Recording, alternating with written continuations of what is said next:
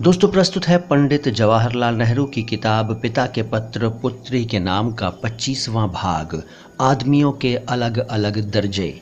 लड़कों लड़कियों और सयानों को भी इतिहास अक्सर एक अजीब ढंग से पढ़ाया जाता है। उन्हें राजाओं और दूसरे आदमियों के नाम और लड़ाइयों की तारीखें याद करनी पड़ती हैं, लेकिन दरअसल इतिहास लड़ाइयों का या थोड़े से राजाओं या सेनापतियों का नाम नहीं है। इतिहास का काम ये है कि हमें किसी मुल्क के आदमियों का हाल बतलाए कि वे किस तरह रहते थे, क्या करते थे और क्या सोचते थे, किस बात से उन्हें खुशी होती थी, किस बात से रंज होता था, उनके सामने क्या क्या कठिनाइयाँ आईं और उन लोगों ने कैसे उन पर काबू पाया।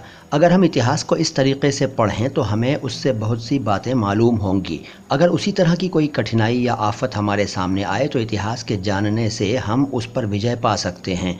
पुराने ज़माने का हाल पढ़ने से हमें ये पता चल जाता है कि लोगों की हालत पहले से अच्छी है या ख़राब, उन्होंने कुछ तरक्की की है या नहीं। ये सच है कि हमें पुराने ज़माने के मर्दों और औरतों के चरित्र से कुछ न कुछ सबक लेना चाहिए, लेकिन हमें ये भी जानना चाहिए कि पुराने ज़माने में भिन्न भिन्न जाति के आदमियों का क्या हाल था। मैं तुम्हें बहुत से ख़त लिख चुका हूँ, ये 24वां ख़त है, लेकिन अब तक हमने बहुत पुराने ज़माने ही की चर्चा की है जिसके बारे में हमें थोड़ी ही सी बातें मालूम हैं। इसे हम इतिहास नहीं कह सकते, हम इसे इतिहास की शुरुआत या इतिहास का उदय कह सकते हैं। जल्द ही हम बाद के ज़माने का जिक्र करेंगे जिससे हम ज़्यादा वाकिफ़ हैं और जिसे ऐतिहासिक काल कह सकते हैं। लेकिन उस पुरानी सभ्यता का जिक्र छेड़ने के पहले आओ हम उस पर फिर एक निगाह डालें और इसका पता लगावें कि उस ज़माने में आदमियों की कौन कौन सी किस्में थीं।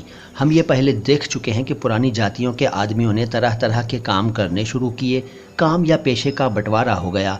हमने ये भी देखा है कि जाति के सरपंच या सरगना ने अपने परिवार को दूसरों से अलग कर लिया और काम का इंतज़ाम करने लगा। वो ऊंचे दर्जे का आदमी बन बैठा, या यूँ समझ लो कि उसका परिवार औरों से ऊंचे दर्जे में आ गया। इस तरह आदमियों के दो दर्जे हो गए, एक इंतज़ाम करता था और हुक्म देता था और दूसरा असली काम करता था। और ये तो जाहिर ही है कि इंतज़ाम करने वाले दर्जे का इख्तियार ज़्यादा था और इसके ज़ोर से उन्होंने वो सब चीज़ें ले लीं जिन पर वो हाथ बढ़ा सके। वे ज़्यादा मालदार हो गए और काम करने वालों की कमाई को दिन दिन ज़्यादा हड़पने लगे।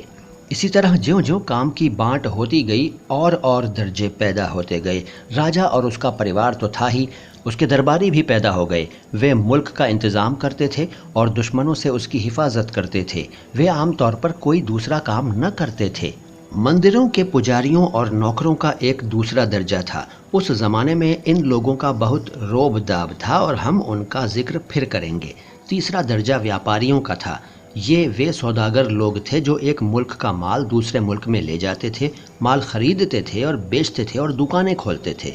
चौथा दर्जा कारीगरों का था जो हर एक किस्म की चीज़ें बनाते थे, सूत कातते और कपड़े बुनते थे, मिट्टी के बर्तन बनाते थे, पीतल के बर्तन गढ़ते थे, सोने और हाथी दांत की चीज़ें बनाते थे और बहुत से और काम करते थे। ये लोग अक्सर शहरों में या शहरों के नज़दीक रहते थे, लेकिन बहुत से देहातों में भी बसे हुए थे। सबसे नीचा दर्जा उन किसानों और मज़दूरों का था जो खेतों में या शहरों में काम करते थे। इस दर्जे में सबसे ज़्यादा आदमी थे और सभी दर्जों के लोग उन्हीं पर दांत लगाए रहते थे और उनसे कुछ न कुछ ऐंठते रहते थे। मित्रों, इससे आगे की बात अगली मुलाकात में होगी। मैं मोइन शम्सी हूँ, ये चैनल है नो बकवास बातें ख़ास। अगला एपिसोड ज़रूर सुनिएगा और इससे पहले वाले एपिसोड्स भी अगर आपने नहीं सुने हैं तो ज़रूर सुनिएगा। शुक्रिया।